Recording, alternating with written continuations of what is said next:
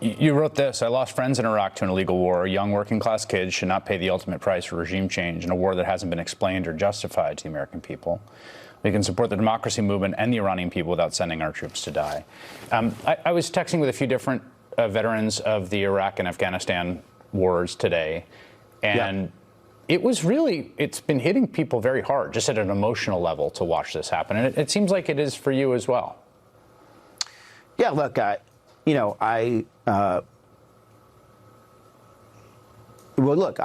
still living with the war.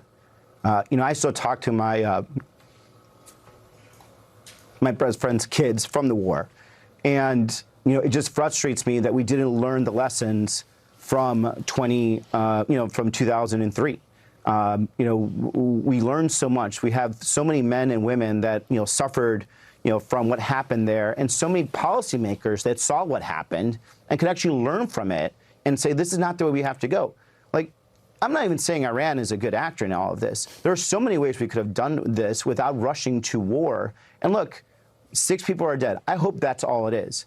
But it could be worse. We're seeing them now attacking embassies, Iran attacking embassies. They're also attacking civilians. I feel sorry also for the Israelis, for the Saudis, the Qataris. All these civilians are being caught up in random bombings. We have Iranians, for example, that school that we don't know what happened exactly, but there's a casualty right there. There's a lot of things we could have done, and there was just such a rush to war. And we're all paying for this. We're all paying for this, whether it's we're cutting Medicaid to pay for those bombs, we're losing a whole attention to the fact that this country right now is just suffering and trying to get anything to just breathe a little so they could just pay for their everyday goods, food, insurance, whatever the hell it is. And what are our country leaders doing? They're following Netanyahu, who has literally told us, he just told it on TV, that he's been trying to do this for 47 years. I know. I'd suffered the first attempt at this in 2005. And now America is suffering again because of it. There's a lot of ways that we could be supportive of Israel. There's a lot of ways that we could defend Israel's existence, its sovereignty. I'm 100% for that. But we don't need to go to war for them, especially when it's a dumb war. As we mentioned, a briefing is underway right now on Capitol Hill, where top committee members are hearing from the Trump administration on Donald Trump's war with Iran. Donald Trump is saying publicly that it could last 4 or 5 weeks, that he could end it in 1 to 3 days, or it could last, if necessary, quote, far longer than that, end quote. Today, Donald Trump is sending more U.S. forces into the region in case it is one of those longer-term scenarios. He's not ruling out putting United States troops on the ground in Iran. Donald Trump is also warning that more United States service members will likely be killed. Already 6 have died within this hour, with 5 others seriously wounded. Today, U.S. troops continue to conduct large-scale combat operations, having already hit with Israel more than 2,000 targets, according to the New York Times. Acts of war, lawmakers say, by Donald Trump, all taking place without congressional authorization. Joining us at the table, Democratic Congressman Jason Crow of California. He's a member of the Armed Services and Intelligence Committees. He also served in both Iraq and Afghanistan. I think one of the first conversations I had with you was after your combat training sort of instinctively led you to protect your colleagues on January 6th. Yeah. I think you joined our breaking coverage as that was happening. And I remember thinking of, well, that's all right, that if we had another war in our lifetimes, Trump wouldn't start it, because he's run for president 3 times. And for all his incoherence on all manner of issues, the Epstein, the tariffs, the economy, no new wars was central, was, exactly who he was. It's how he wins the Republican primary in 15 and 16. And I wonder if any part of you, even though you didn't support him, was shocked or felt betrayed on behalf of his coalition. Nicole, what Donald Trump realized during his campaign, and why he campaigned as an isolationist and he campaigned about ending endless wars, is because he realized that the anger and the resentment of 20-plus years of conflict, the $3 trillion+ spent, the 6,500 service members who died, the years of credibility and lost opportunity, he realized that deep anger and resentment that I share, actually. And he said, I'm going to stop this cycle, right? And of course, now he has broken that very promise that he campaigned on. But that exists now, right? And I now am sitting here saying, what is working class America getting out of this, right? It is true that Iran is a terrorist regime. It is true that the Ayatollah was a bad person and an evil person. That is all true. But the analysis begins with that. It doesn't end with that, right? Because what was also true is that Saddam Hussein was a bad person. What is also true is that the Taliban is bad. And we saw how that turned out. So the analysis has to now happen after the fact about whether this is the right thing to do, what we need to do to protect our service members, and Congress needs to be put in the driver's seat. What is it like right now for men and women of the military and their families to have the administration, the commander-in-chief, offering multiple explanations, both for the rationale and the timeline? Well, I was just really struck by the video that Donald Trump put out on Friday night when he announced the start of this. He did it at Mar-a-Lago in front of the curtains. You know, we've seen this before, those black curtains. And he talked about the costs of war. He talked about the fact that service members were going to die. He said that that's just something that's going to have to happen. Then he talked tough and he banged his chest like elites in Washington often do. Then he literally walked behind the curtains to his private club. And It's conventional arsenal. So it can't be used as an umbrella as Iran pursues its nuclear ambitions. What's your reading of that? Well, Wolf, I was a little confused by some of what Mr. Hegseth said. First of all, the president himself, in his taped statement on Saturday morning announcing the opening of this, invited the Iranian people to hang back until the military action was over and then rise up against their government. That sounded like regime change to me, and not only that, but encouraging the Iranian people to bring it about.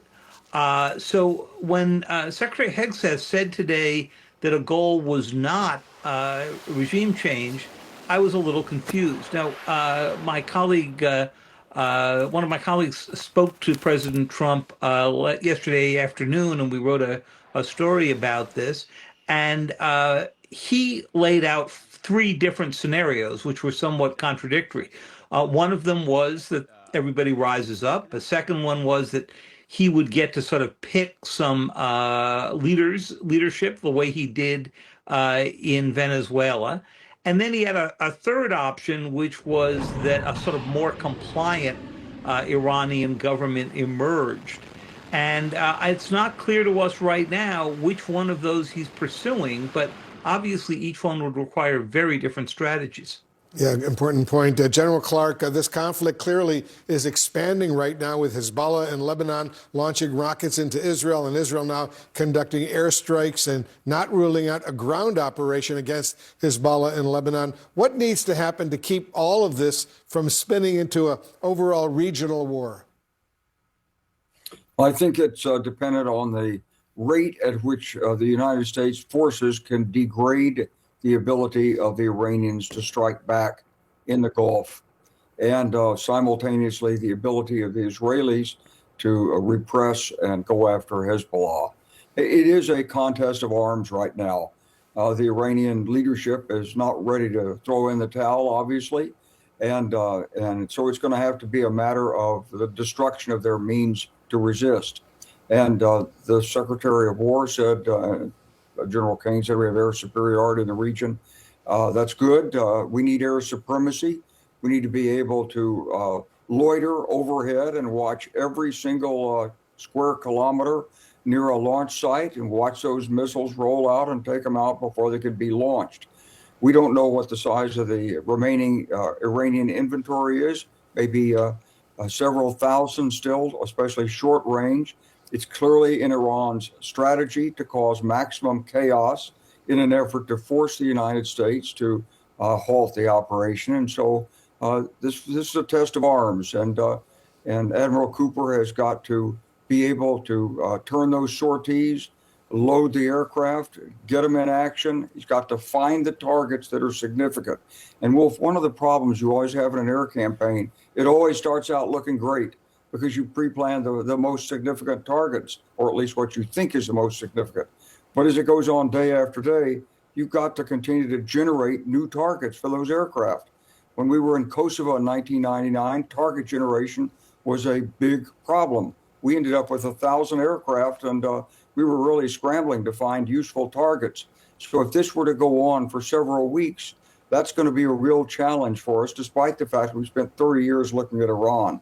Where are the targets that the aircraft striking can make the greatest strategic impact on the Iranian government? And very That's the quickly, challenge. General Clark, before I let you go, yesterday the IDF, the Israel Defense Forces, the Army announced they were mobilizing, activating 100,000 reservists to begin active duty right now. Is that designed for some sort of ground assault against Hezbollah in Lebanon? Or is it possible the Israelis are actually thinking of deploying ground forces into Iran?